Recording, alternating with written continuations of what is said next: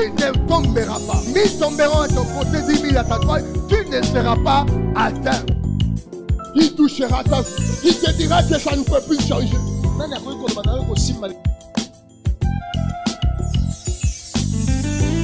Bien-aimé, lorsque tu reçois la révélation de Dieu, lorsque tu reçois la parole de Dieu, le feu est dans ton cœur. Là où tout le monde tombe, toi tu ne tomberas pas.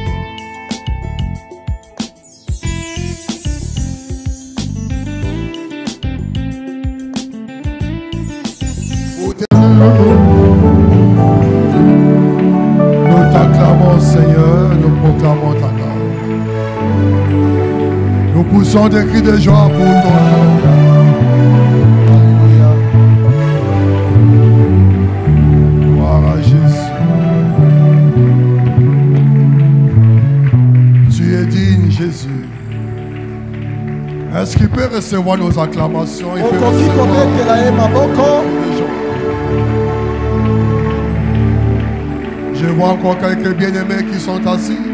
Nous célébrons Jésus, nous élevons Jésus. Celui qui mérite d'être élevé. Gloire au Seigneur. Gloire à Jésus. Que le Seigneur vous bénisse. Que le Seigneur soit avec vous. Que le Seigneur soit avec vous. Que le Seigneur vous bénisse. Nous voulons recevoir l'orateur de ce matin. Déjà le voyant, il n'est plus un orateur à présenter dans l'église. Je sais et je suis convaincu que vous l'aimez beaucoup. Amen. Il nous a toujours fait du bien, il nous a toujours bien nourris et c'est un homme merveilleux avec sa femme, Maman Marine. C'est un couple merveilleux que nous aimons énormément.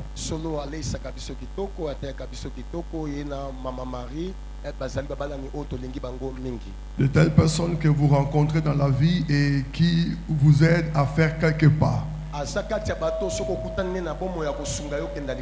Et je suis toujours heureux de vous recevoir et d'être avec vous. Et je sais que vraiment vous nous apportez beaucoup et c'est pour une longue durée.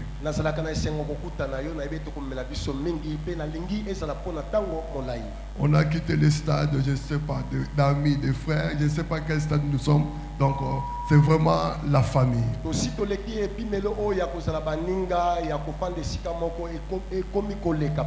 Je sais que même si nous ne sommes pas là et que lui est là, il est votre papa. Amen. Est-ce qu'on pouvait acclamer l'apôtre William? Papa Kinde, apôtre Kinde, Azopusala.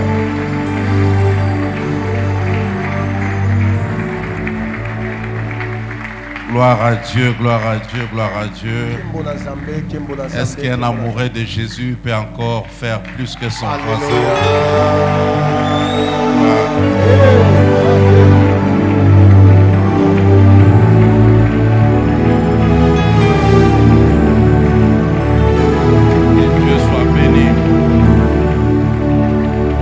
Dieu soit loué. Pour moi aussi, c'est une grande joie d'être là ce matin. Et en même temps, un privilège. Et je sais que ce n'est pas un hasard le fait de se rencontrer. Mais Dieu a permis. Et merci encore pour ces couples, leur amour. Vous savez, dans ces temps de la fin, si Dieu met sur votre chemin de bonnes personnes, il faut être reconnaissant à Dieu. Alors, je voulais que l'Église puisse m'aider à dire merci à ces couples pour leur dévouement, leur amour en acclamant le Seigneur. Merci, merci. Je suis là avec mon épouse et deux de mes enfants. Mais avec les rythmes de la conscience, elle est restée un peu fatiguée. Mais il y a deux de mes enfants qui sont là. Je ne sais pas s'ils sont où. Les premiers et les derniers. Et Et j'ai encore un fils spirituel qui est pasteur. Je l'ai rencontré il y a une vingtaine d'années. Il était païen. Il a été gagné à l'église, baptisé. Et aujourd'hui, il est pasteur. C'est un frère ivoirien. Il est l'un de nos pasteurs à Paris. C'est sa première fois de visiter Kinshasa.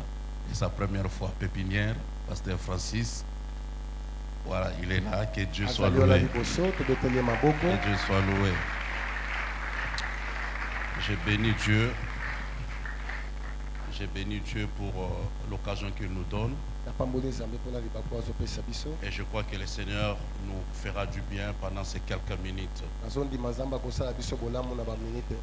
J'aimerais rapidement te dire un grand shalom, que Dieu te bénisse déjà pour ta présence. Amen. Amen. Alors, si nous avons nos Bibles, nous lirons des 3 passages et nous allons nous rasseoir. Nous commencerons par Exode chapitre 3 verset 15.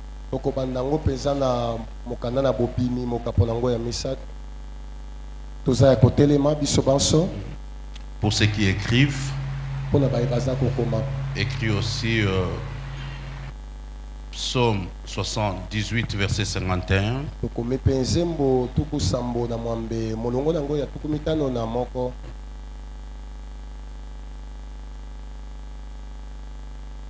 Et après tu liras, tu écris et tu liras encore Exode 13 verset 11 à 12.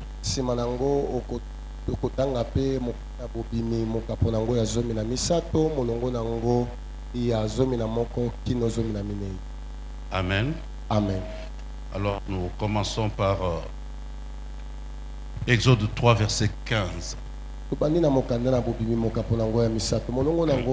pouvons lire ensemble avec ta version, la langue de ta Bible. 1, 2, 3. Dieu dit encore à Moïse: tu parleras ainsi aux enfants d'Israël. L'Éternel, le Dieu de vos pères, le Dieu d'Abraham, le Dieu d'Isaac et le Dieu de Jacob, m'envoie vers vous. Voilà mon nom pour l'éternité. Voilà mon nom de génération en génération. Psaume 78, verset 51. Amen. Amen. Ok, lisons tous ensemble. 1, 2, 3. Il frappa tous les premiers-nés en Égypte, les prémices de la force sous les tentes de Cham.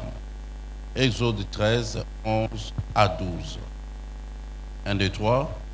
Quand l'Éternel t'aura fait entrer dans le pays des Cananéens, comme il l'a juré à toi et à tes pères, et qu'il te l'aura donné, tu consacreras à l'Éternel tout premier-né, même tout premier-né des animaux, tu auras les mâles, et que tu auras les mâles appartiennent à l'Éternel. Parole de l'Éternel. Amen. Nous acclamons la parole et nous reprenons nos places. Bien aimé, notre grand thème, c'est sur le Dieu d'Abraham, d'Isaac et de Jacob. Mais le sous-thème que je vais aborder, ça sera le combat des premiers-nés. Quand la Bible parle de Dieu d'Abraham, d'Isaac et de Jacob, il veut tout simplement nous parler d'un Dieu d'alliance. C'est un Dieu qui s'est révélé à Abraham. Abraham n'a pas un Dieu qui lui a été transmis. Mais c'est un Dieu qui s'est révélé dans sa vie. À telle enseigne que son fils Isaac dit le Dieu de mon père. Et c'est comme s'il prenait en possession ces dieux. C'était le Dieu de son père. Et après Isaac, Dieu va aller encore avec Jacob qui était le fils d'Isaac. Les mêmes promesses qu'il a fait à Abraham, il va les renouveler avec Isaac et le confirmer avec Jacob. Le Dieu que nous prions, c'est un Dieu de génération. Tel que tu viens de commencer avec Dieu, si tu es la première personne à recevoir Jésus dans ta famille, sache que ce Dieu sera transmis de génération en génération. Et je viens dire à une personne, si bien même tu n'auras pas de moyens de rester, de laisser à tes enfants des immeubles, mais il y a une grande et bonne chose que tu peux leur laisser, c'est ton Dieu. Et le Dieu d'Abraham, le Dieu d'Isaac, le Dieu de Jacob, c'est un Dieu d'alliance. Et je voulais aussi dire que un fils normalement n'a pas un Dieu. Un enfant a le Dieu de son père. Dans la Bible, le salut est paternel. Vous verrez Isaac qui dit le Dieu de mon père. Et quand Élisée se retrouve seul devant Jourdain, il crie, où est le Dieu de mon père? On a toujours une référence. C'est le Dieu de ton père. C'est pour cela que quelqu'un qui a un père est déjà couvert. Il y a des combats qui ne seront pas à ton niveau, mais à cause de l'alliance de ton père, tu peux t'en sortir. Vous verrez un homme comme Élie devant le prophète de Baal. Sa prière était le Dieu d'Abraham, le Dieu d'Isaac et le Dieu de Jacob. Il voulait tout simplement rappeler à ces dieux que Dieu a fait alliance avec ses pères. Donc c'est un enfant qui se cache derrière ses pères et derrière l'alliance de ses pères. Je suis venu dire à une personne, quand Dieu descend dans le jardin d'Éden, il ne cherche pas Caïn. Il ne cherche pas Abel. Dieu appelle Adam, Adam. Il a fait alliance avec Adam. C'est à Adam de présenter ses enfants à Dieu. La personne avec qui tu as fait alliance avant toi, et que toi tu connais peut-être ces dieux au travers de cette personne, sache que si tu t'attaches, tu t'accroches à la personne, tu entres aussi dans son alliance. Cela veut dire que dans d'autres combats de ta vie, même de ta propre famille, tu peux te cacher derrière le Dieu de ton père. Bien aimé, nous devons savoir une chose. Quand nous venons à l'église et nous acceptons de rester dans une église locale, nous devons vraiment adopter le pasteur comme notre père.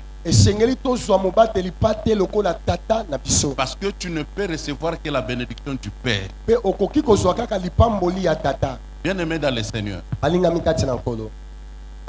Jacob était grand-père aux enfants de Joseph.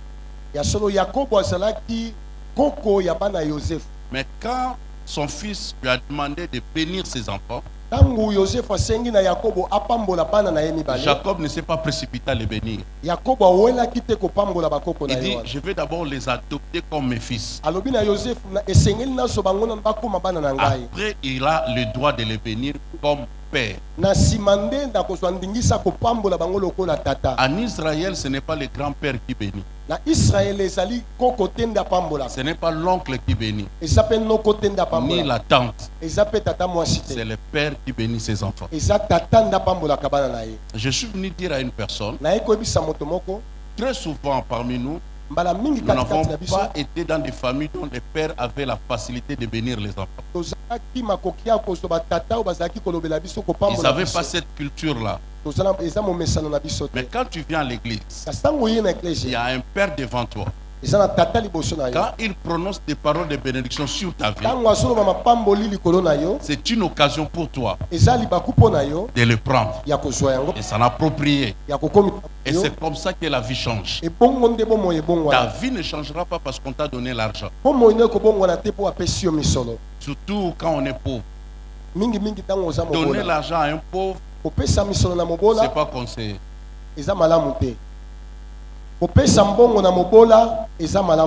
Jésus a dit, quand il lit les cahiers de charges de sa mission,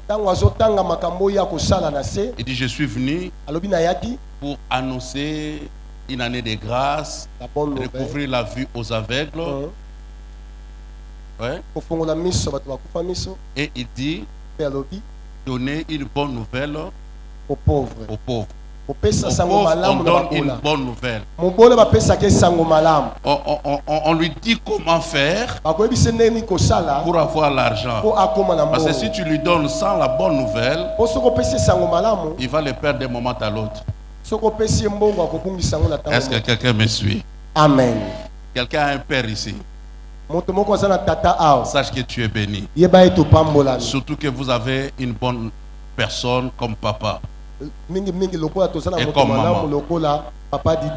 Si vous voulez voir un enfant qui va aller très loin dans la vie, on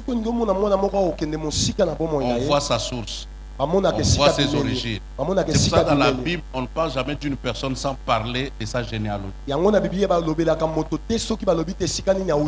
à partir de ces racines, on saura si la personne ira très loin. Lis bien ta Bible. Très souvent, nous avons pensé que la bénédiction, c'est l'argent, c'est les voitures, c'est les bijoux, c'est le mariage. Non. Lis bien ta Bible. Dieu n'a jamais béni quelqu'un en lui donnant l'argent. Dieu bénit en disant. Amen. Dieu n'a pas donné des choses à Abraham. Il a dit. Dieu n'a jamais donné des choses à Adam. Mais il les bénit en disant. Si tu as beaucoup de paroles sur ta tête et que ce sont des paroles de bénédiction, même si tu n'as rien, tu es béni. J'ai dit tu es béni. Amen. Quand tu croises Jacob en plein désert, tu vas le voir seulement avec le manteau de pèlerin, du voyageur. Tu le vois avec sa canne. Si tu le traites, tu lui diras que c'est un pauvre. Il n'a rien, il n'a pas de bijoux, il n'a pas de voiture, mais tu n'as pas trop bien regardé sur sa tête. Il a plein de paroles, de bénédictions. C'est des paroles qui vont te pousser très loin. C'est un manteau que tu te couvres. Reçois des paroles. Amen. C'est des paroles qui vont t'amener très loin. Amen. Et je les vois très souvent. Même si quelqu'un croise un homme de Dieu, il demande l'argent. Grosse erreur. Tu auras l'argent, ça va s'arrêter quelque part. Demande une parole. Une parole de bénédiction. Ça va te propulser très loin dans la vie. Dieu bénit en disant. Je ne sais pas pourquoi je suis là, ce n'est pas notre sujet. Mais je crois que ça va aider une personne. Demande aient l'habitude comme parents ici de bénir les enfants, de dire de bonnes choses. Nous, on a grandi dans des environnements où les parents devaient te gronder en t'insultant et quoi qui t'encourage. Mais étant chrétien aujourd'hui, ayons la culture de dire de bonnes paroles sur nos enfants. Bénissez les enfants. Et vous verrez que c'est ces paroles qui vont créer la vie au travers de nos enfants. Alors j'ai parlé de Dieu d'Abraham, d'Isaac et de Jacob.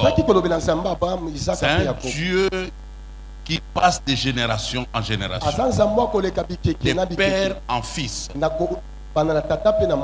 Et c'est un Dieu de famille. Ça, c'est un aspect que nous oublions très souvent. Le Dieu de la Bible, c'est un Dieu de famille.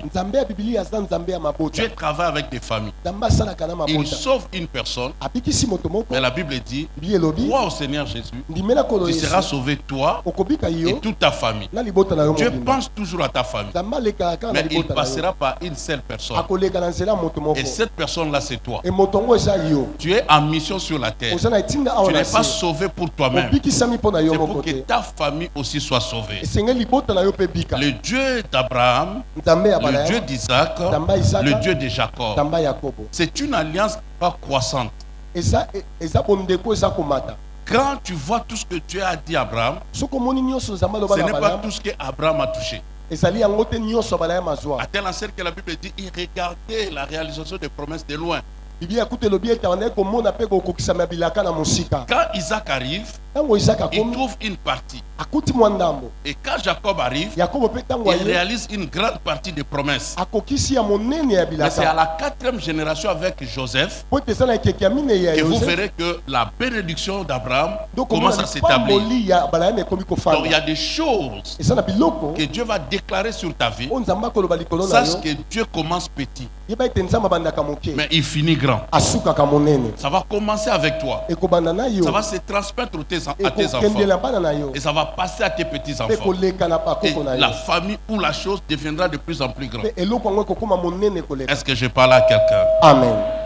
Mais bizarrement, tu trouveras que le Dieu d'Abraham, le Dieu d'Isaac et le Dieu de Jacob,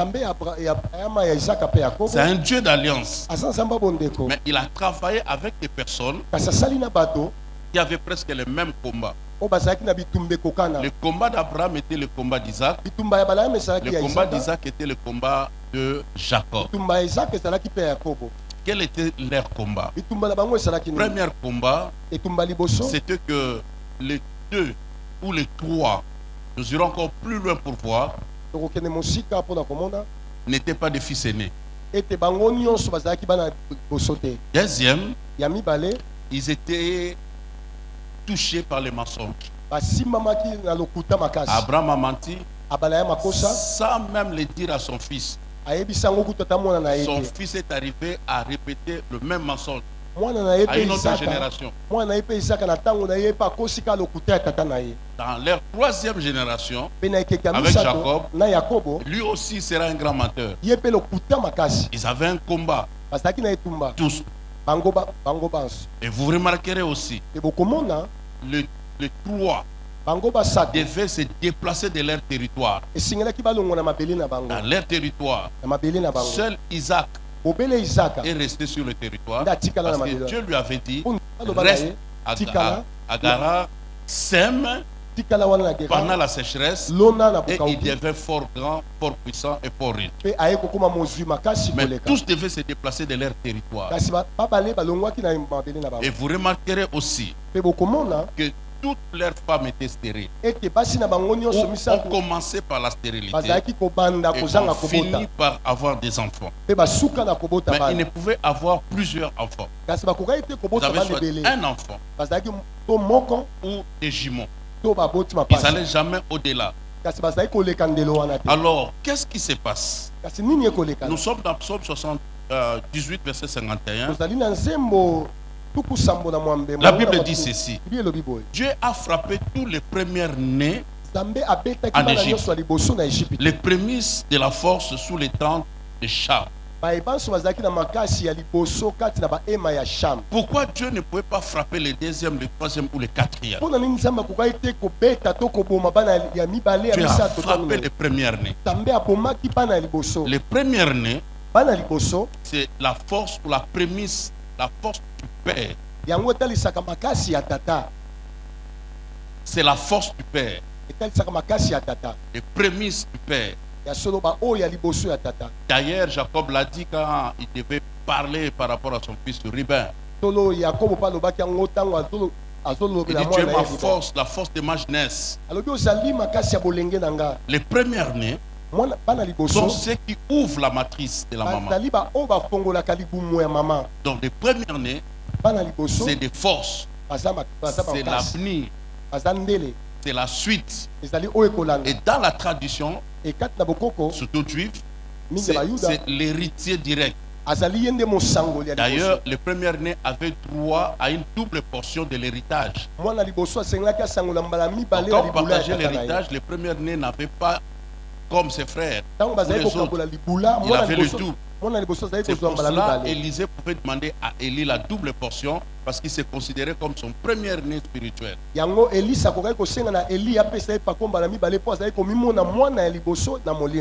quand Dieu veut punir les Égyptiens, Dieu frappe seulement les premiers-nés. Les premières choses. Et dans Psaume, Exode 13, 11, nous avons lu. Dans Exode 13, 11 et 12, Dieu maintenant dit ceci, que tu consacreras, tu mettras à part pour l'Éternel tout premier-né, même tout premier-né des animaux, tu auras les mâles, que tu auras plutôt. Les mâles appartiennent à l'Éternel. Regarde un principe que Dieu va établir dans sa parole. Dès qu'il commence la Bible commence par « Au commencement, Dieu ». Donc pour Dieu, toute première chose c'est pour lui. Pour Dieu, Dieu a droit à toute première chose pour les prémices.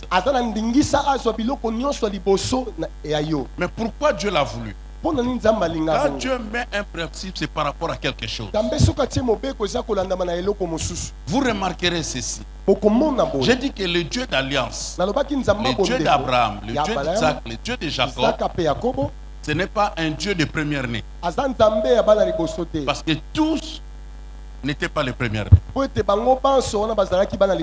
Qu'est-ce qui s'est passé? Il y a eu un premier-né angélique. Donc il y a eu un premier-né des anges qui était un archange. Il s'appelait Lucifer. Dès qu'il est tombé, il a attaqué le premier-né des humains, de la race humaine, qui était Adam. Adam n'a pas régné si longtemps. Le diable l'a attaqué. Et Adam est tombé. Première création de Dieu. Premier homme que Dieu a créé. Il va tomber. Et vous remarquerez, depuis ce temps-là, le diable sait que tout premier-né, c'est l'avenir, c'est la force, c'est le représentant. Et il commence à les attaquer. Quand Adam va avoir ses enfants, il aura deux fils. Il y a Caïn et Abel. Quand le diable a écouté la prophétie, que l'un de ses enfants, ou la femme aura un fils qui t'écrasera la tête, dès qu'il a vu Caïn, il croyait que c'était Caïn. Mais quand les deux enfants sont allés offrir à Dieu, ils voient que Dieu a agréé l'offrande du deuxième. Et ça l'a touché du coup. Et il est sauté sur son frère et il l'a tué. Automatiquement, le premier-né de Caïn aussi a échoué. Et Dieu va aller maintenant chercher Il veut reprendre l'histoire de l'humanité. Il va maintenant dans une contrée païenne. Aujourd'hui, on peut le situer en Irak. Il va aller chercher Abraham. Mais quand Dieu cherche Abraham, Abraham n'est pas l'aîné de sa famille. L'aîné, c'était le père de l'autre. Dieu connaissant déjà ce combat, Dieu est allé chercher le deuxième, Abraham. Il établit Abraham avec une nouvelle alliance. Et il commence à travailler avec Abraham. Mais Dieu promet à Abraham qu'il y aura un fils de la promesse. Et ce fils sera unique. Un premier-né unique. Il est le premier, il est aussi le dernier. Celui qui ouvre, celui qui ferme. Mais Dieu a compris aussi. Il aura le combat de première-né. Sarah s'élève. Propose à Abraham Agar. Et Abraham va aller avec plutôt Abraham va aller avec Agar. Il aura Ismaël. Automatiquement Ismaël devient le premier-né. Dieu épargne Isaac de ce combat. Et il a livré Ismaël. Je suis venu dire à quelqu'un, n'envie pas ceux qui t'ont dépassé. Amen. N'envie pas ceux qui sont arrivés avant toi. Je dis à quelqu'un, si tu n'es pas en retard. Amen. Dieu a tellement de stratégies. Dieu sait ce qui est devant. Dieu peut te prendre et te mettre en dernière position.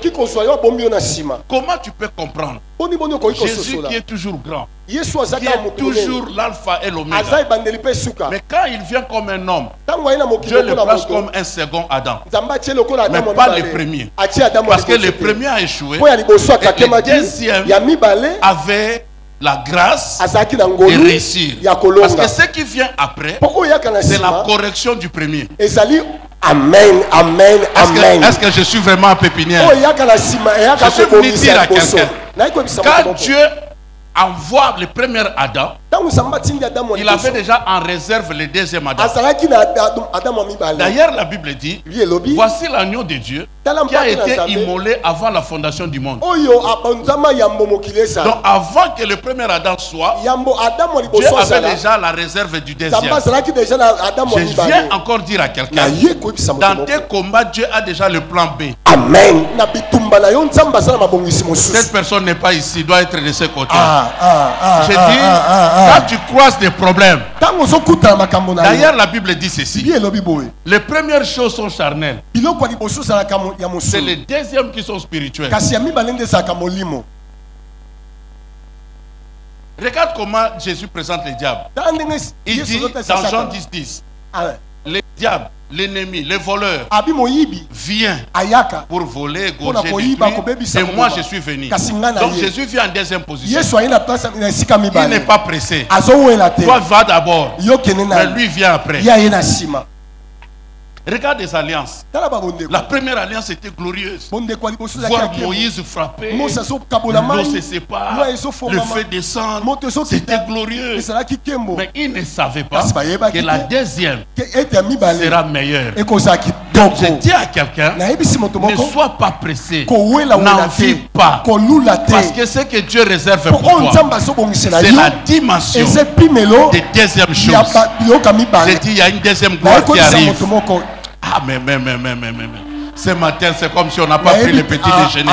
J'ai dit, il y a une deuxième gloire qui arrive. Je ne parle pas de ton voisin, je parle de toi. J'ai dit, il y a des deuxièmes choses qui arrivent. Amen. Remarquez encore. Attends, je voulais d'abord vous dire ceci. Il y a plusieurs types de première-nés. Alors quand je parle de première-nés, beaucoup vont croire que je parle seulement des fils ou des filles. Ton ministère, c'est ton premier-né. Ta première entreprise, la boutique, la première activité, c'est un premier-né. Première personne que tu as gagnée, dans le Seigneur. C'est ton premier-né.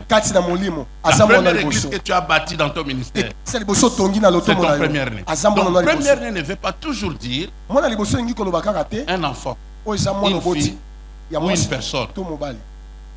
Quand tu es dit, je bénirai les fruits de vos entrailles, ce n'est pas toujours les enfants. Les fruits de vos entrailles, ce qui sort de toi, ça peut être aussi tes pensées, tes idées. C'est pour cela qu'il y a beaucoup de gens qui ont l'idée d'inventer les choses. C'est une bénédiction. Alors, je suis venu dire à quelqu'un, il y a non seulement, je vais citer le type de première-né que nous avons pour que j'entre dans le vif de mon message. Nous avons les premières-nés biologiques. Dans une famille, deux personnes se mettent ensemble en couple. Le premier qui sort, c'est un premier-né. Nous avons un premier-né par adoption. On a adopté un enfant dans la famille. Aussi longtemps qu'il sera aîné, même si nous avons nos enfants, c'est lui qui devient le premier-né. Nous avons le premier-né par circonstance. Peut-être il y a eu fausse couche. Il y a eu un mort. Celui qui était deuxième devient automatiquement premier. Il y a aussi le premier-né, fils unique ou fille unique. Donc, comme je disais tout à l'heure, c'est lui qui a ouvert et c'est lui qui a fermé la matrice. Il est l'aîné, il est le cadet en même temps. Le premier et le dernier en même temps. On a aussi le premier-né par polygamie. Des familles composées. On a plusieurs mamans. Celui qui se retrouve en première position, il devient le premier-né de tout. On peut être aussi premier-né des garçons. Mais on est cinquième dans la lignée, mais on est premier des garçons. On peut aussi être le premier des filles. Elle est toujours considérée comme un premier ou une première. Mais dans la dimension des premières-nés, il y a aussi des premières-nés générationnels. Cela veut dire, dans cette génération, ou dans un domaine quelconque, tu as été la première personne à créer ou à commencer quelque chose. Bon, je dis dans le domaine de la médecine, par exemple. Le premier qui a commencé à ouvrir la tête des personnes, à opérer la tête, en ouvrant la tête, il devient un premier-né dans ce domaine-là. C'est un premier-né générationnel. Un premier-né par rapport au réveil dans cette nation. Celui qui avait commencé devient le premier-né. Mais il y a aussi un premier-né prophétique. Le premier-né prophétique, ce n'est pas le fait d'être né en ordre, d'être premier dans sa famille. Le premier-né prophétique peut être 11e. Mais Dieu te choisit et il dit toi tu seras la tête. C'est ce genre de personnes que je vais venir parler ce matin. Mais si tu remarques très bien dans la vie, je ne sais pas dans ta famille, tout premier-né a des combats plus que les autres frères. Moi j'en ai vu dans ma famille. Tout premier-né a des problèmes. Il combat plus que les autres. C'est le combat des premiers-nés. Vous savez pourquoi? Le diable sait que s'il perce, s'il gagne, les autres vont gagner facilement. Il casse les premiers. Quelle a été la malédiction de Josué devant le mur de Jéricho? C'est lui qui va reconstruire ce mur, payera par son premier-né. Et s'il finit le mur, il met les portes, il payera par le fils cadet. On n'a pas touché le deuxième, le troisième, le quatrième. Donc ces deux enfants sont stratégiques. C'est lui qui commence et c'est lui qui termine. Parce que Dieu lui-même est l'alpha et l'oméga. Écoutez bien aimé, il y a des choses parfois on n'observe pas parce qu'on prie, on est spirituel. Mais observe très bien, tu verras que ton premier fils ou fille a beaucoup de combats. À l'école, par rapport à d'autres choses, c'est biblique. le diable attaque trop tout ce qui est premier. Et dans ce combat-là, nous voyons déjà comment la famille d'Abraham a commencé ce combat. Qu'est-ce que Dieu va faire? J'ai parlé déjà d'Abraham. J'ai parlé de son fils Isaac. Mais Isaac à son tour va avoir des jumeaux, des garçons, Ésaü et Jacob. Mais c'est Ésaü qui est le premier. Mais à cause d'une erreur, à cause de la famine, il a vendu son droit de naissance. Alors qu'est-ce qui va se passer? Jacob devient automatiquement l'aîné. Mais cela ne s'est pas passé comme cela. Un jour, Dieu demande à Ésaü de lui préparer quelque chose. Il va manger et il va le bénir. Mais la maman qui avait entendu la prophétie prépare pour son fils. Et Jacob. Jacob vient présenter. Et le père va bénir Jacob. Jacob sort avec la bénédiction du fils aîné. Comme si c'était le fils aîné. Mais ce n'est pas lui. Quand le fils aîné vient présenter, Jacob dit, Isaac dit, je n'ai plus de paroles. Comment quelqu'un qui parle dit qu'il n'a plus de paroles? Cela veut dire, la bénédiction ce n'est pas de simples paroles. Pour être béni, il faut toucher le cœur de Dieu. Écoutez, il y a fort longtemps, je suis dans la foi et dans le ministère. Je croyais que tout était grâce. Même la bénédiction. La grâce va te localiser. Mais pour être béni, il y a des actes d'obéissance. C'est compliqué ça. Amen. Isaac demande à son fils de lui préparer. Je mange, mon cœur sera dans la joie. Si c'est de simples paroles, pourquoi tu dois manger et que ton cœur soit dans la joie pour bénir? Écoutez, pour ne pas aller très loin, Jésus a été Jésus depuis l'éternité. Mais il n'avait jamais porté le nom le plus élevé. Jusqu'à ce qu'il a obéi à son père. Il a accepté la mort de la croix. Il a donné à son père le plan qu'il aimait. Son sang, et le père a dit, puisque tu as accepté la mort de l'ignominie, c'est ainsi que ton nom sera élevé au-dessus de tout nom. Au nom de Jésus, tout genou fléchira au ciel, sur la terre et sous la terre. Ça n'a pas commencé depuis l'éternité. Ça a commencé depuis la croix. Donc il y a une action à faire pour être béni.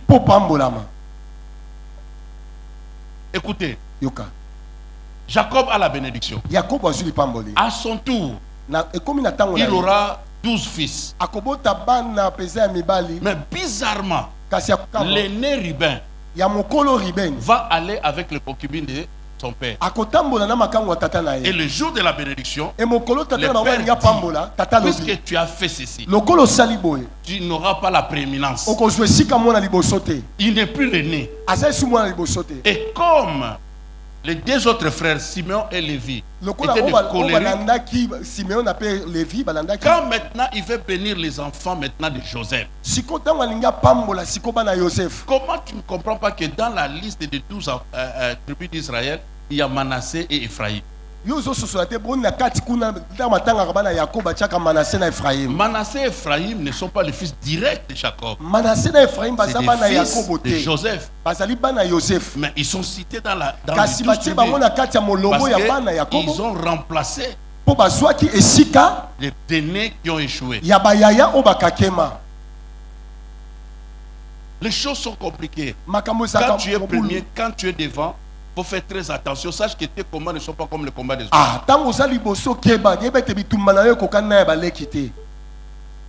Je vais illustrer quelque chose. Je ne sais pas si 2 personnes peuvent venir pour m'aider. 3 personnes. Venant avec une chaise. Comme tu as un costume, tu vas t'asseoir. Sera Jacob. Venez. Mettez-vous à genoux. Vous serez le fils de Joseph. Bon, je cherche Joseph. Toi, Joseph, tu es en costume. Oh, tu as pris du temps, mon frère. Il sera Joseph. Joseph vient avec ses deux enfants. L'aîné et le deuxième. Il présente à son père. Il dit au papa, bénis-moi mes enfants. Papa va d'abord adopter les enfants. Et papa fait bénir. Mais quand il impose les mains, il prend la main gauche. Il met sur le premier. Il prend la main droite. Il met sur le deuxième. Le fils Jacob qui a amené ses enfants, Joseph, merci, il discute. Joseph il dit, papa, ce que tu fais n'est pas bien. On ne fait pas ça. Le papa dit, je sais, mais je vais t'aider. Le papa qui impose les mains, c'est un aveugle. C'est dangereux de confier l'avenir des enfants comme ça, de les bénir à un aveugle. Mais comment cet aveugle est béni? Et comment il a croisé les bras? Parce que ce que Joseph ne sait pas, que l'aveugle aussi a été béni par un autre aveugle. Quand Isaac lui donnait la bénédiction, Isaac aussi était aveugle. Et il connaît le combat des premières-nés. Et il sait, ce n'est pas au premier d'hériter, ça sera le deuxième. Il croise les bras. Mais en croisant les bras, il annonçait aussi une autre dispensation. C'était la dispensation de la croix, où les premiers seront les derniers.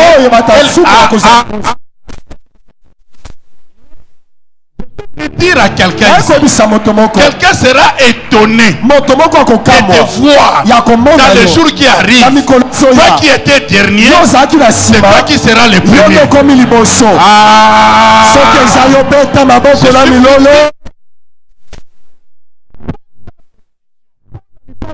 Il y aura des discussions. Les gens vont se bagarrer.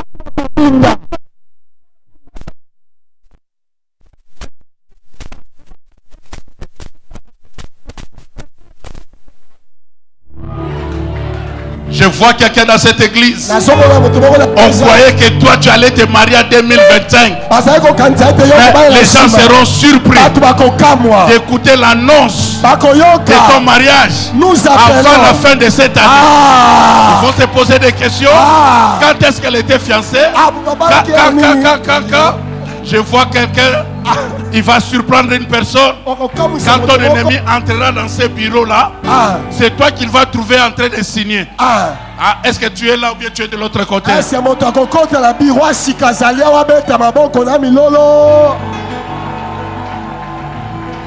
Son propre papa discute. Ce n'est pas bien. Qu'est-ce que tu fais là? C'est lui l'aîné. Mais l'aveugle dit, je sais. Est-ce que je peux encore parler? Laisse-moi dire à quelqu'un. Quand Dieu veut te lancer dans la vie, il se fait aveugle. Je déclare, quand Dieu veut te bénir, il se fait aveugle. Parce que tu ne mérites pas. S'il te regarde, c'est pas toi qui dois avoir la bénédiction. Alors Dieu se fait aveugle. Mais en réalité, il n'est pas aveugle. Parce que l'aveugle a dit, je sais. Je vois une personne dans cette salle. Tu seras béni en désordre. Et ton ennemi va s'étonner. Quelqu'un va se gratter la tête. Quelqu'un va se frotter les yeux. Parce que là où Dieu t'amène, il dira ce n'est pas vrai. Ce n'est pas juste. Il ne mérite pas. Mais ce qu'il ne sait pas, que ce matin, à l'église La Pépinière, Dieu a changé les choses.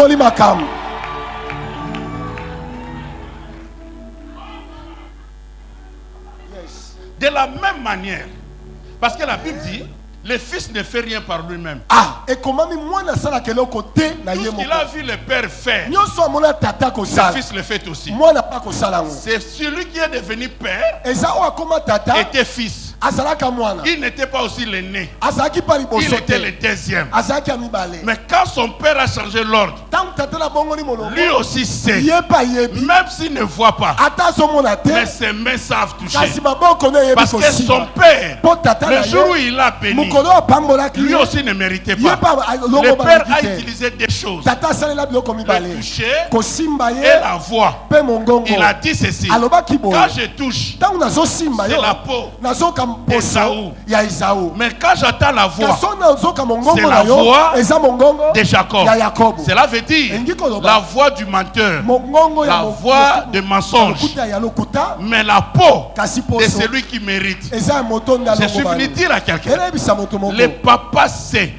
Et Jésus l'a dit, mes brebis écoutent ma voix et me suivent. Mais cette fois-ci, le papa n'a pas fait attention à la voix. Je dis à quelqu'un, Dieu ne fera pas attention à ceux qui parleront contre toi.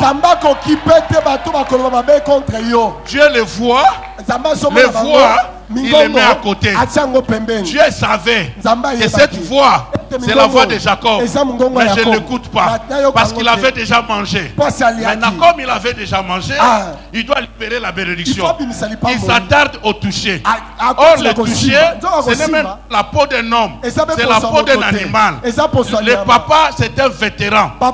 Il sait. Mais il dit ceci, il libère la bénédiction tout simplement parce que le petit frère est entré dans la peau du grand frère. Or l'apôtre Paul dit, revêtez-vous de Jésus-Christ comme un vêtement. Si quelqu'un veut être béni dans la vie, ce n'est pas à cause de ta position, ce n'est pas à cause de ta famille, mais il faut entrer dans la peau de Jésus. Dieu ne regarde pas la personne, Dieu regarde Jésus. Amen. Dieu est dans le toucher. Quand il touche et il sent que c'est Jésus, il libère. Or dans Jésus, il y a toi. Aïe aïe aïe aïe. Est-ce que je parle à quelqu'un ce matin? C'est pour cela, quand je te vois, je ne regarde pas ce que tu es. Je ne vois même pas là où tu sors. Mais je te demande une question. Est-ce que tu as Jésus? Est-ce que tu es dans Jésus? Si tu es dans Jésus, je sais déjà. Je peux prophétiser sans fermer les yeux que tu réussiras. Tu iras de l'avant. Parce que dans ce camp-là, on n'échoue jamais.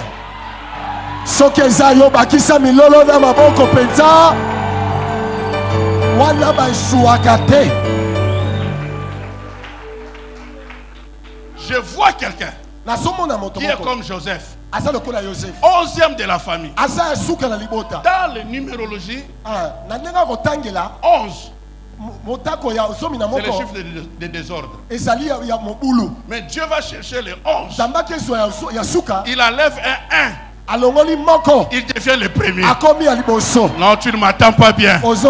Avec les fautes qui sont derrière toi, Dieu va l'enlever. Il restera le 1. Joseph devient l'aîné. David était le 8e. Et dans la numérologie, 8 c'est un nouveau départ. Quand Dieu a travaillé, le 7e jour, il s'est reposé. Mais comme l'homme a péché, Dieu a repris le travail d'aller chercher un animal et tuer. Il a repris l'animal alors qu'il devait se reposer. C'était un nouveau départ. J'ai dit à quelqu'un que David est 8e. Il y a des grands frères. Mais ce n'est pas le fait d'être dernier. Je vois quelqu'un dans cette salle. Dieu va te positionner. Tu seras le premier dans cette entreprise où tu te trouves. Même si tu es venu l'année passée, Dieu va te placer à la tête. Si tu es là, tu dis Amen bien. Ne regrette pas que tu sois venu en retard. Ne regrette pas que quelqu'un t'a dévancé. Nous sommes dans la bénédiction croisée. Nous sommes entrés dans la peau du grand frère. Et il est devenu le premier né d'entre les morts.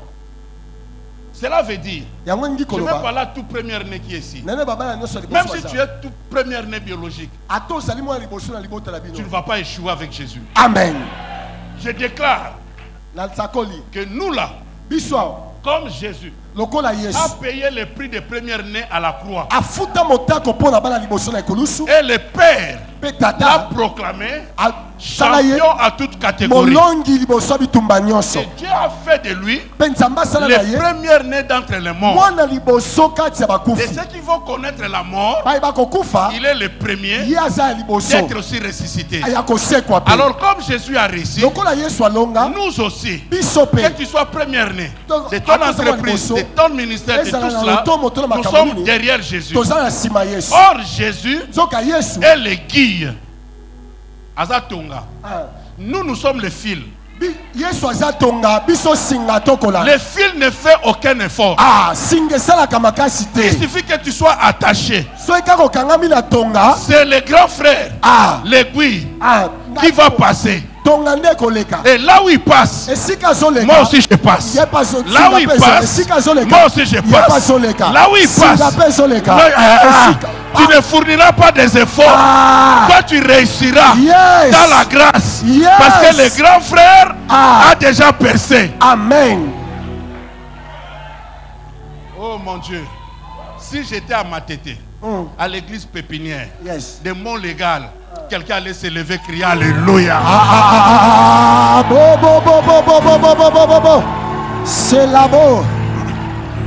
Il y a un premier-né qui a payé le prix. Toi, tu n'échoueras pas comme les autres. Toi, tu n'échoueras pas comme les autres. Est-ce que vous savez? Ribin a été maudit par son père. Quand Moïse arrive, le sacrificateur, il récupère Ribin. Oh mon Dieu. Si ton père t'a maudit, voici un papa qui peut te récupérer. Toute parole qui sortira de sa bouche va changer l'histoire de ta famille. Est-ce que vous savez? Ton père biologique peut te maudire. Mais le père spirituel a droit à enlever la malédiction. Mais le problème seulement, si le père spirituel te maudit, ton père biologique n'a pas le pouvoir de l'enlever. C'est ça le problème. Moïse prend les risques à la place de Jacob. Parce que Moïse est roi et sacrificateur. Il joue déjà le rôle que Dieu avait préparé pour la nouvelle dispensation. Quand Jésus part, il dit: je vous laisse maintenant comme des rois et des prêtres. Mais Moïse était dans cet état-là.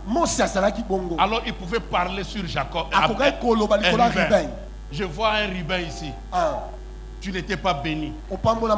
Tu devais être déclassé. Peut-être ton père biologique aussi t'a déjà déclassé. Mais par l'autorité de mon légal. Comme il m'a cédé son bureau. Et que je viens travailler à sa place. Alléluia. Je traite tous les dossiers qui étaient restés à son absence. Alors je profite. Même pour tout enfant qui était maudit, je signe déjà la bénédiction.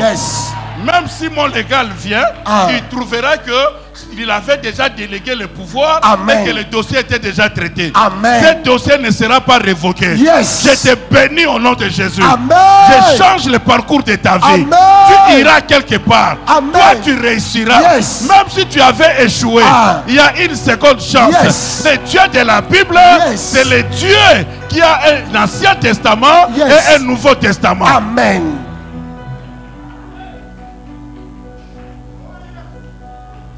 Il y a toujours un vieil homme et aussi une nouvelle créature en toi. À un homme, le vieil homme s'appelait Simon. Mais la nouvelle créature s'appelait Pierre. Même corps. Je dis toi aussi, il y a deux phases dans ta vie. Dans une autre jeune fille, Il y avait une partie appelée Adassa. Yes. Tout le monde voyait Adassa. Mais Mais la deuxième partie, c'était Esther. Esther. Je vois aussi un homme. On l'appelait Saul. Or, dans Saul, il y avait la dimension de Paul. J'ai dit ta deuxième dimension n'était pas encore révélée. Yes. J'ai dit de nouvelles choses. Les choses qui restent sont des choses que Dieu va faire sortir avant la fin de cette année. Dieu m'a envoyé dire à une personne, tu ne termineras pas l'année avec des larmes. Pas des larmes de tristesse. Yes. Je viens dire à quelqu'un, Dieu va te classifier.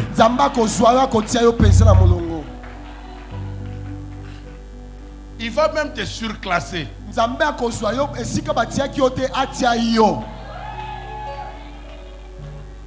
Je vais vous faire rire un peu. J'avais à l'époque l'habitude d'être toujours à classe éco. Classe éco. On nous serrait là-bas, mais c'était bien. J'aimais ça. Maintenant, un jour, j'arrive et on me dit, il n'y a plus de place là-bas. Et l'hôtesse va me surclasser. Il me met où? First, derrière le pilote. Je me retrouve là-bas. Sans payer le billet. Je ne savais pas aussi ce qui s'est passé de l'autre côté. Avant même qu'il y ait vol, on vient déjà chercher ta veste. Je dis, ah, c'est comme ça. Oui. On vient te servir déjà. On apporte des journaux. On est dans le même avion, mais je ne savais pas ce qui s'est passé de l'autre côté. On atterrissait même à l'aéroport. Mais il y avait des camps. Je suis venu dire à quelqu'un, Dieu va te surclasser. Ton amen est faible. Cela veut dire, on va t'enlever de là où tu étais d'habitude. Dieu va te positionner quelque part. Amen. Oh mon Dieu, je vois quelqu'un, je vois quelqu'un. Yes. Tu vas terminer l'année avec sourire. Yes. Tu vas terminer l'année en criant. Yes. Tu vas terminer l'année en dansant. Yes. Mais je ne sais pas si la personne est ici ou bien de l'autre côté.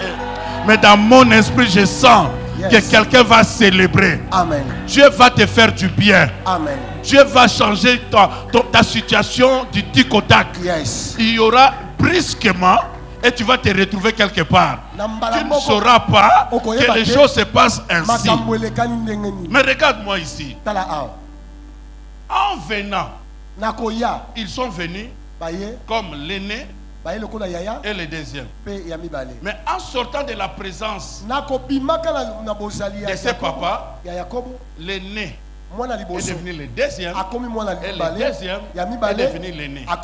Sans qu'on lui change la face, sans qu'on lui donne des bijoux. Je dis à quelqu'un, ne cours pas derrière les choses pour te qualifier. Amen, amen. Ce n'est pas les choses qui te qualifient, c'est toi qui qualifies les choses.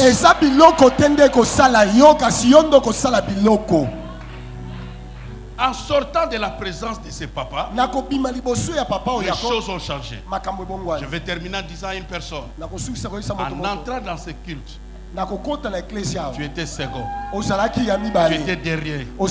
Mais en étant dans la présence de Dieu, tu ne sortiras pas tel que tu es. Tu sors avec une autre position. Tu sors avec un autre titre. Tu sors avec une autre bénédiction. Si tu le crois, tu dis Amen bien. Amen. Un Amen fort. Amen. Un Amen puissant. Un Amen de première nez qui réussissent.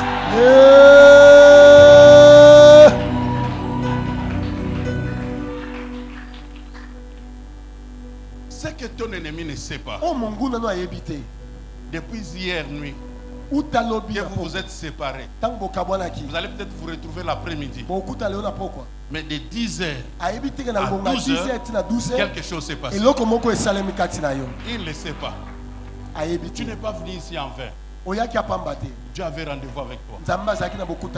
Je vois quelqu'un qui va quitter la présence du Père, mais avec un changement. Le deuxième, il devient l'aîné. L'aîné devient le deuxième. Sans qu'il y ait changement physique. Rien ne changera physiquement. Mais spirituellement, Dieu t'a déjà positionné. Quelqu'un est venu à l'église. Donc quelqu'un est venu à l'église. Elle s'appelait Anne. Elle était stérile. Elle a pleuré devant la présence de Dieu. Mais en quittant la présence de Dieu, l'homme de Dieu lui a dit, qu'il te soit fait selon ta foi. Reçois ce que tu as venu chercher. La Bible dit son visage qui était déjà transformé. Or la Bible dit que si le Seigneur est avec toi, tu seras rayonnant de joie. Amen. Je dis déjà. Amen. Quand moi je te vois, Amen. tu n'es plus la personne qui est entrée. Yes. Déjà par ton visage, Amen. quelque chose est entré. Amen. Je dis à quelqu'un, Yes. tu sortiras d'ici, le titre va changer, Amen. la position va Yes. changer, les mouvements bancaires vont changer. Amen. Tu le crois, tu dis Amen bien.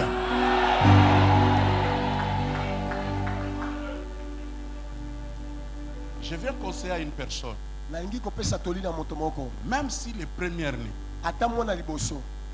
a pris cette position avec Christ, il faut savoir le maintenir. Et tu le maintiens comment? Avec tes offrandes, avec tes sacrifices pour les premières nuits. Quand tu dédicaces les enfants, ça, c'est que ton premier fils, tu dois donner plus que les autres. Quand tu fais les offrandes des enfants, sur le premier, tu dois donner plus. Je ne parle pas des choses que j'ai rêvées. Mon fils aîné est là. À 4 mois, il était opéré à cœur ouvert. Il a encore la tête. 4 mois. Dans ses études, il a eu des complications de ses frères. Ils vont étudier en Belgique. Dans son cycle, il va faire 7 ans. Les autres ont fait 6 ans. Donc, son petit frère a eu le diplôme avant lui. À l'université, son petit frère est allé à l'université avant lui. Son petit frère a eu le permis de conduire avant lui. Je connais le combat des premières nuits. Mais heureusement, il connaît ces choses. Parce que je lui dis, maintenant, qu'est-ce que je fais? À chaque saison, chaque fois, pour maintenir cette bénédiction qu'il a maintenant en Jésus, j'ai bâti des hôtels pour lui. J'ai fait des offrandes pour lui. Et qu'est-ce que vous savez? Dieu et mes enfants, ils sont priants, ils aiment le Seigneur. Mais c'est l'homme qui a mon ADN dans l'esprit.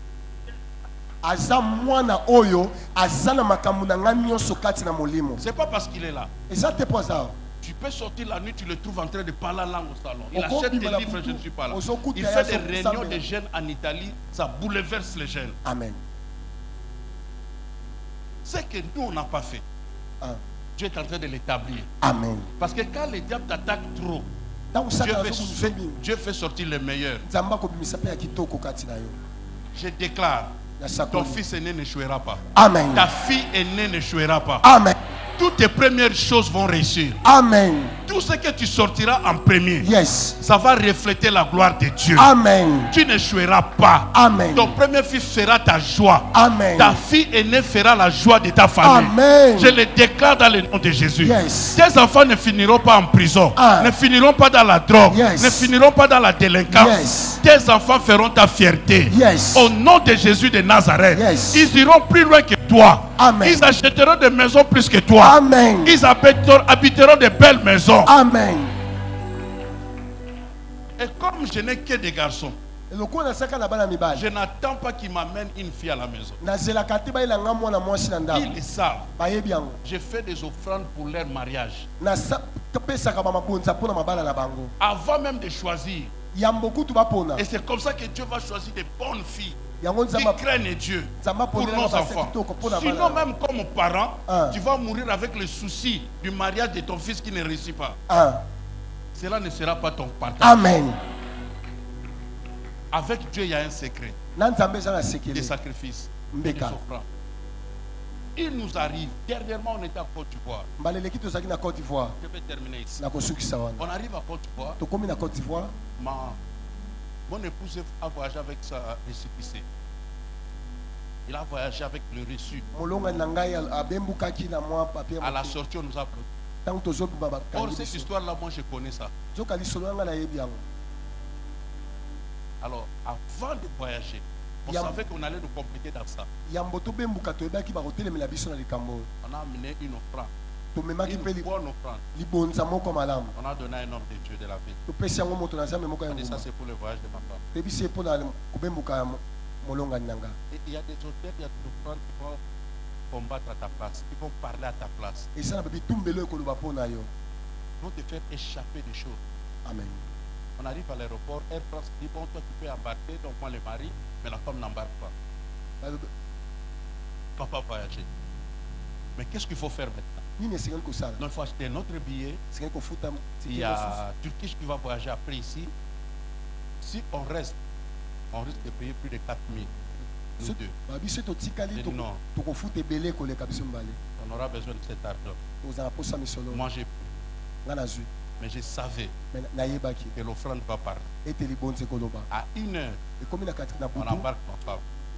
Mais ceux qui l'ont embarqué n'ont même pas tenu compte du récépissé. Elle ne voyage pas directement en Italie. Elle arrive aussi à Istanbul. Deuxième checking. On ne regarde même pas très. À 23h, elle m'appelle pour venir me chercher à l'aéroport. Donc j'ai compris que nous avons, je ne sais pas si je dirais, grâce ou quoi, de voyager sans visa. Plusieurs reprises. Ça m'est arrivé en Côte d'Ivoire, en Guadeloupe, partout. Alors comme la victoire est transmissible, je l'ai transmis à ma femme. Amen. Je savais qu'il y avait une offrande qui parlera à notre place. Amen. Je vais dire à quelqu'un, ne va pas à un rendez-vous de travail sans faire une offrande. Il y a des meilleures personnes plus que toi là-bas. Il y a d'autres personnes qui vont présenter des diplômes plus que toi. Les gens du monde vivent avec les sacrifices. Et toi tu crois que tu vas réussir comme ça. Jésus a tout payé. Mais Dieu t'a établi aussi comme un sacrificateur. On ne peut pas t'appeler sacrificateur si tu ne fais pas des sacrifices. Tu vas remarquer, plus tu fais des sacrifices, ta vie va aller plus vite. La gloire va te suivre. Amen. Les choses vont changer. Je peux aller encore plus loin. Mais je crois que les enfants du royaume ont compris. Amen. Ont compris. Tu ne veux pas aller faire un ministère grand, puissant. Tu vas entrer dans une autre étape sans faire des sacrifices, mon frère. Non. La première fois que j'ai prêché au stade de Bangui, c'était la première fois pour moi de prêcher dans un stade. J'ai cherché un ami qui avait déjà prêché dans un stade d'ici. Non seulement j'ai demandé qu'il prie pour moi. J'ai fait une offrande. Je ne sais pas, il y a quelqu'un qui vient de Côte d'Ivoire, c'est mon frère. Vous avez entendu les échos là. Dieu a fait que ceux qui étaient même dans des maisons étaient guéris, étaient bénis. En écoutant. Les choses spirituelles ont des clés. Et Dieu peut faciliter ta vie. Amen. Je dis Dieu peut faciliter ta vie. Je peux prier pour toi comme je voudrais ce matin. L'onction va te toucher. Je le sais. Mais tu es déjà pur par la parole que tu as écoutée. Amen. Amen. Amen. C'est que je voudrais que tu fasses. Si tu es première, ou tu as un fils aîné ou une fille aînée, tu n'es pas encore marié, mais tu prépares déjà les enfants qui vont venir. Par rapport au combat des premières-nées, tu vas prendre une offrande. Une enveloppe. Si pas aujourd'hui, mardi ou vendredi, tu vas ramener. Mais tu écris, ça c'est pour le combat des premières. Pour ton première-né, pour ses études, pour sa vie, pour sa protection. Tu le fais. Je ne sais pas s'il y a des enveloppes. Je n'ai même pas dit à l'homme de Dieu que je vais donner des enveloppes. Mais s'il y en a même symbolique, je vais donner à quelques personnes. C'est très important. Tu ne vas pas envier ceux qui réussissent. Tu ne vas pas envier les enfants des autres. Parce que tu sauras que tes enfants aussi sont très loin. Ils réussiront dans le combat des premières-nés. Il y a quelque chose que nous devons faire. Rapidement.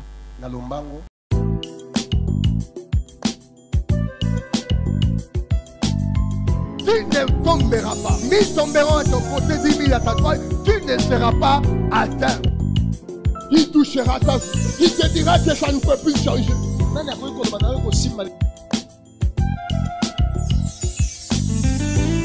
Bien-aimé, lorsque tu reçois la révélation de Dieu, lorsque tu reçois la parole de Dieu, le feu est dans ton cœur.